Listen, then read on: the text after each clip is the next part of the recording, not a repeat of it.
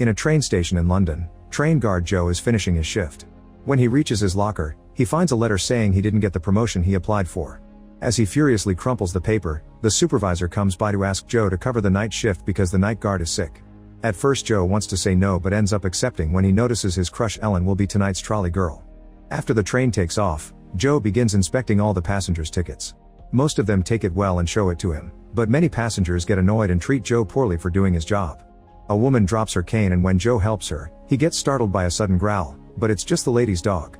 Kate claims she lost her ticket and gets angry when Joe makes her pay the fine. In a corner, Billy changes into more comfortable clothes. Joe sees that the bathroom door has a sign that says out of order and there's water coming out from it. When Joe bumps into Ellen, he finally tries asking her out, however Elle turns him down. The fact passenger Paul is staring makes it all more awkward.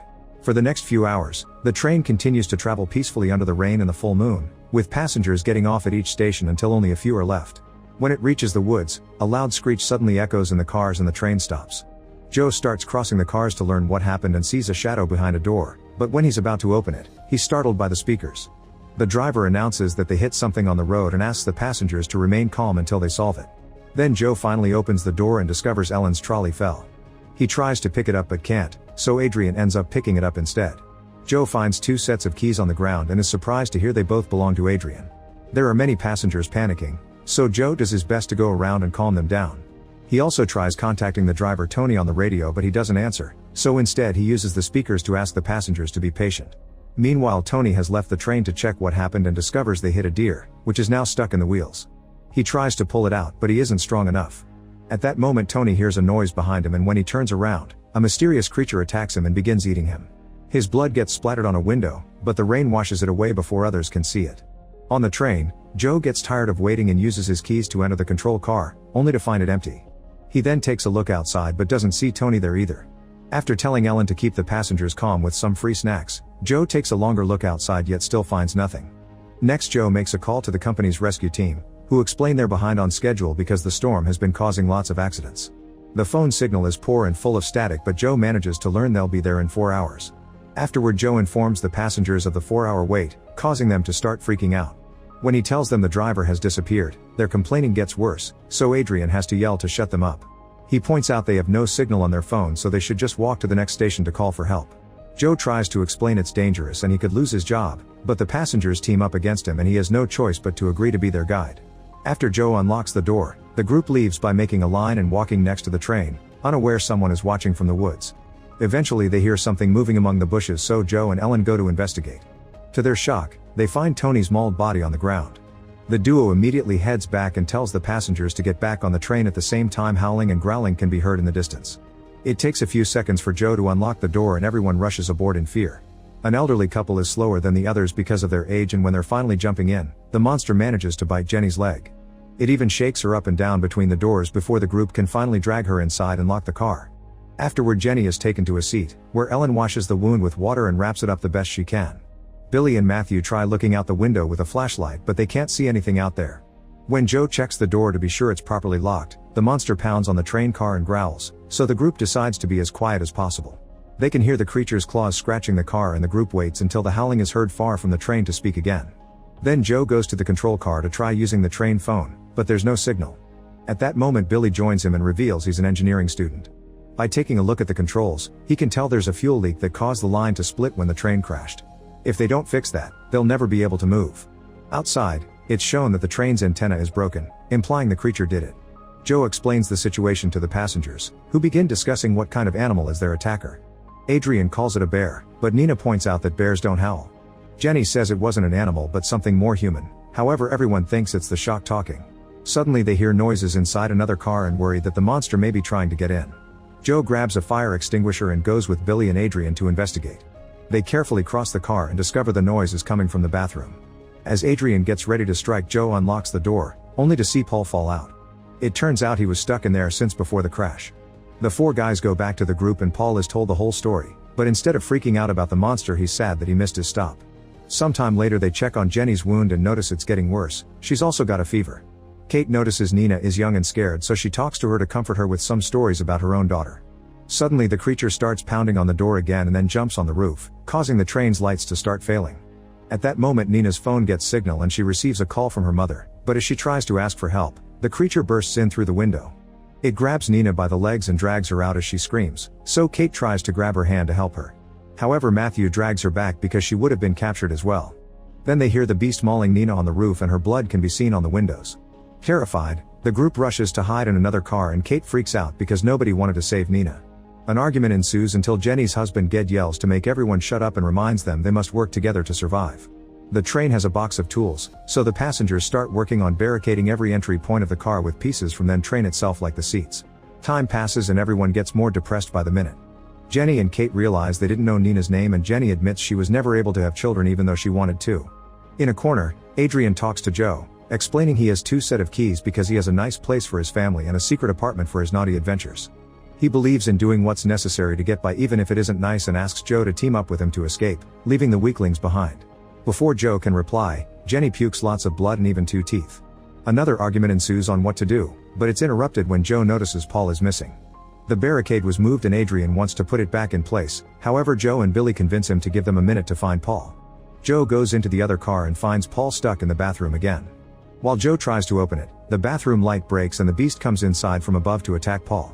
Joe has to step back when the door gets damaged during the mauling, and soon the blood is coming out of the resulting holes. He takes a quick look through a hole and is horrified to see Paul's dying body. Then he tries to go back to the other car, only to discover Adrian blocked the door. Speaking of Adrian, he hears the noise and decides to leave the train to save himself, so he removes the barricade on the boarding door. However, it's locked and Joe has the key. Back to Joe, he keeps on pushing the door while watching the monster approach him. When he's about to be attacked, the others finally open the door and drag Joe into the car before blocking the door again. While the group piles up as many things as possible, Adrian tries to break the window with the fire extinguisher to no avail. Unfortunately, the beast is too strong and breaks through the barricade, causing Ellen to freeze. Thankfully, Joe acts fast and moves her out of the way before the monster can hurt her. Then the creature tries going after Joe and as it roars in his face, Ellen stabs it. The monster immediately turns to hit her and sends her flying, so the guys take the chance to jump on it from behind to start beating it up and stabbing it with any object available. Billy gets grabbed by the neck and pushed against the ceiling, only to be dropped when Adrian hits the creature's stab injury with a fire extinguisher. At that moment, Matthew comes through with a fire axe and starts hitting the monster over and over until it's finally dead. Kate has to pull Matthew back as he has a breakdown. Seconds later, the group takes a closer look at the creature and notice a ring on his finger. Like Jenny said, it looks very human-like, so Matthew concludes it's a werewolf. Adrian remembers that people who get bitten transform as well and now everyone is wary of Jenny. While some of the passengers cover up the body, Ged tells the story of a train that got off the rails in this area many years ago. The authorities discovered many bodies missing and others mauled, but an explanation was never found. He concludes the werewolf killed them back then too. At that moment the beast wakes up and howls, so Joe immediately starts pounding its face with the fire extinguisher. In the forest, other werewolves hear the howl of their dying leader. Suddenly Jenny's face starts changing and she growls too. Adrian wants to kill her before she fully transforms, but Ged won't let him. The other passengers also push him back but Adrian fights against their hold, refusing to give up. He breaks through and starts choking Jenny, so Joe punches him to knock him down. Then the group agrees to tie up both Adrian and Jenny using belts. Afterward they decide on a plan. Billy will try to fix the train and teaches Ellen what buttons to press to get them out of there as soon as the train reacts. Joe makes a speech through the speaker, trying to keep everyone's hopes up. Matthew and Billy get off the train and quickly find the leak. While Billy gets under the train to fix it, Matthew keeps watch. Inside, Kate reveals she and Adrian had a dirty night together some time ago, but Adrian doesn't bother to remember any of his one-night stands. Jenny starts having trouble breathing, and Adrian insists they should do something before it's too late. At that moment Matthew hears a noise in the forest and goes to investigate, leaving Billy without light. In the forest, Matthew can hear Nina crying for help and follows her voice, only to find her body on top of a tree being devoured by a werewolf. Terrified, Matthew tries running away, however the werewolves soon surround him. He tries defending himself with his axe to no avail and the werewolves jump on him to eat him alive. In the train, everyone hears Matthew's screams as he dies, followed by a loud howl. Jenny freezes and Adrian keeps asking Kate to kill her. Billy finally fixes the train and the lights comes back, thus Joe and Ellen try to figure out the controls. Soon the werewolves approach the train, so Billy grabs the car and lifts his body to hide until the monsters go away. Unfortunately they appear at the front window and startled Ellen and Joe, who finally activate the train. Billy has to hold on the car again not to be left behind. Suddenly Jenny finishes transforming, so Kate rushes to release Adrian before Jenny breaks free with her new strength. Adrian tries to help Ged only for Jenny to knock him down. At that moment another werewolf appears at the door and grabs Kate, who cries for help. However Adrian kicks her to push her and the werewolf off the train. The train speeds away and Kate is left behind, quickly becoming werewolf food. As Ged tries to make his wife see reason, Adrian tries to fight Jenny again, hitting her with a wrench.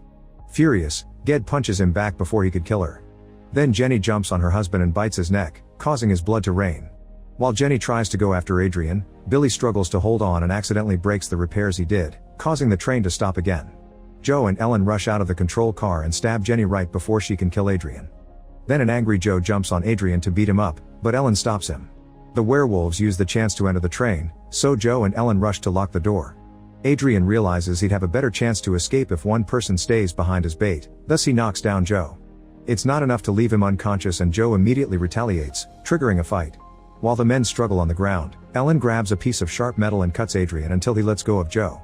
While Ellen takes care of her friend, Adrian blocks the way and grabs the keys from the door before jumping out of the train. The werewolves quickly surround the duo, but before they can attack, Billy appears with a Molotov bomb ready. He throws it at one of the werewolves, causing it to burn and starting a fire. Then he lights up a torch and scares the other monsters into stepping back into the other car while giving Joe and Ellen a crowbar. This allows the duo to force the door open and jump out of the train while Billy gets captured and killed too. As Ellen and Joe run through the forest, they can hear the werewolves coming after them. Deciding it's too late, Joe kisses Ellen before telling her to go because he'll stay behind as a distraction. Crying, Ellen finds a path to run away while Joe starts fighting the werewolves with a piece of metal, managing to stab one of them. No matter how hard he fights though, the werewolves overpower him and he ends up getting bitten. Moments later, Ellen makes it to the next train station with Joe's name tag in hand. Meanwhile, Adrian continues to run through and find some clothes in the ground. The werewolves suddenly surround him and a newly transformed Joe jumps to attack. Make sure to subscribe and turn on notifications so you can watch more videos like this. Thanks for watching.